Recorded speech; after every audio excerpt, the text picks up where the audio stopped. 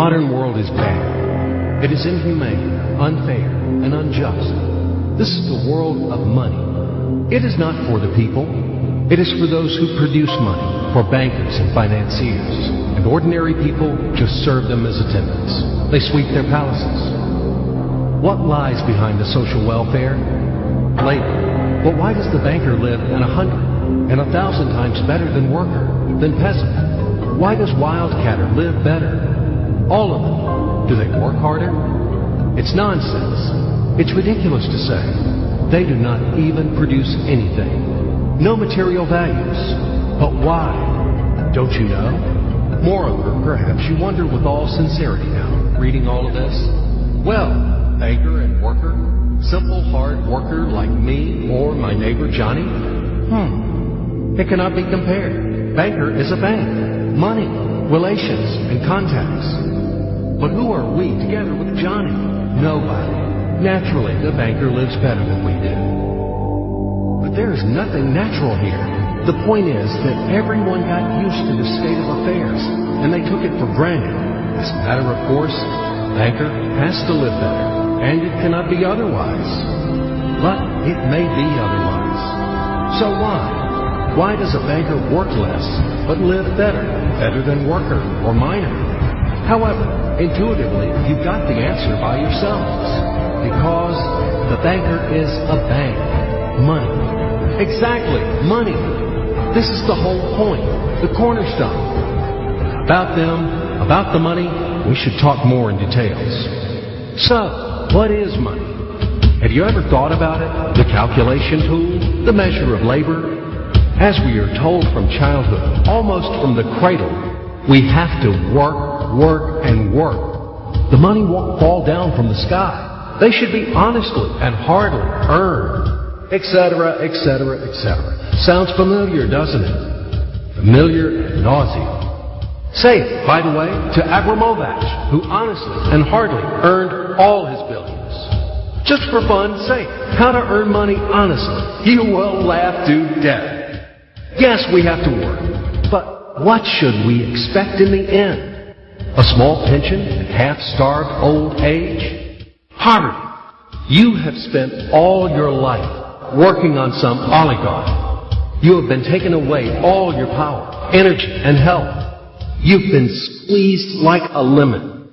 And after that, you've just been thrown into the dustbin as the fulfilled material. Is this necessary?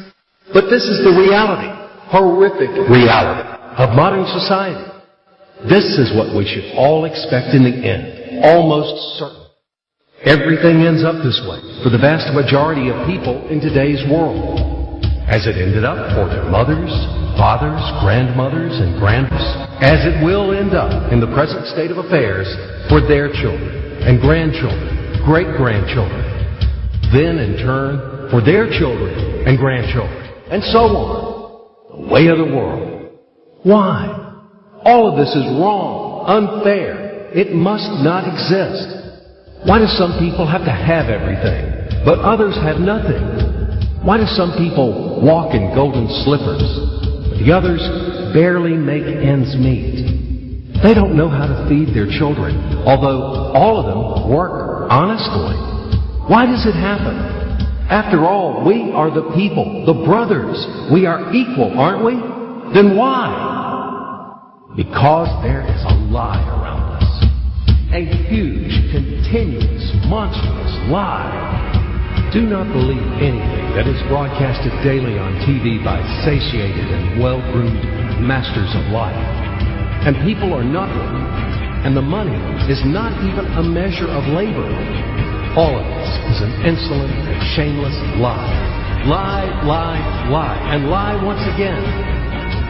It is the news which is hung on your ears. Why do they do this? Just to make it easier to manage it. So you are oligarch now, or even an ordinary worthless deputy.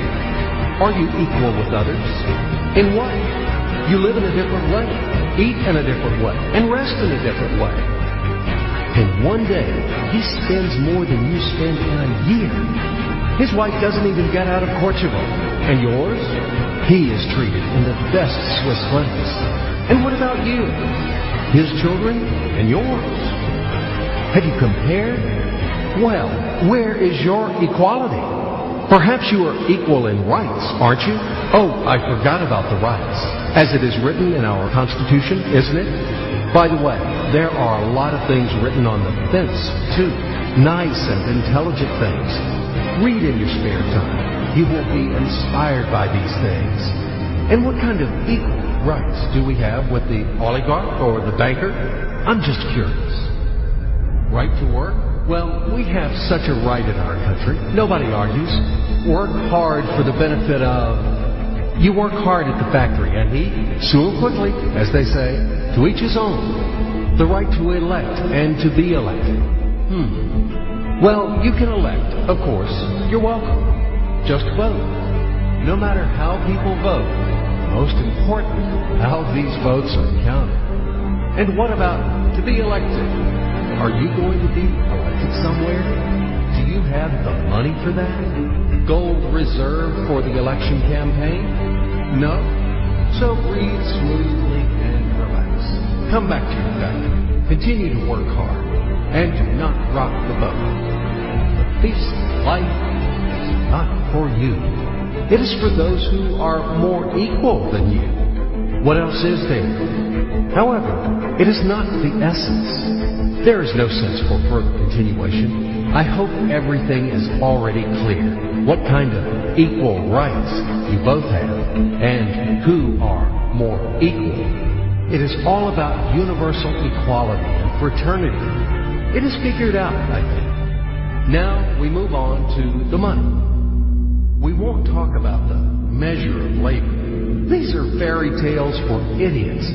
Money is not any measure of labor. Otherwise, you would live like a lord. Or maybe you don't work too much. I don't know. But what is money?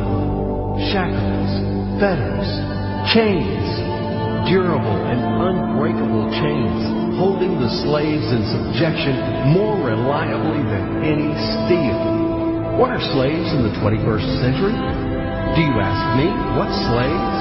You and me, all around. You, me, him, her, all of us. We are all slaves. Slaves of money.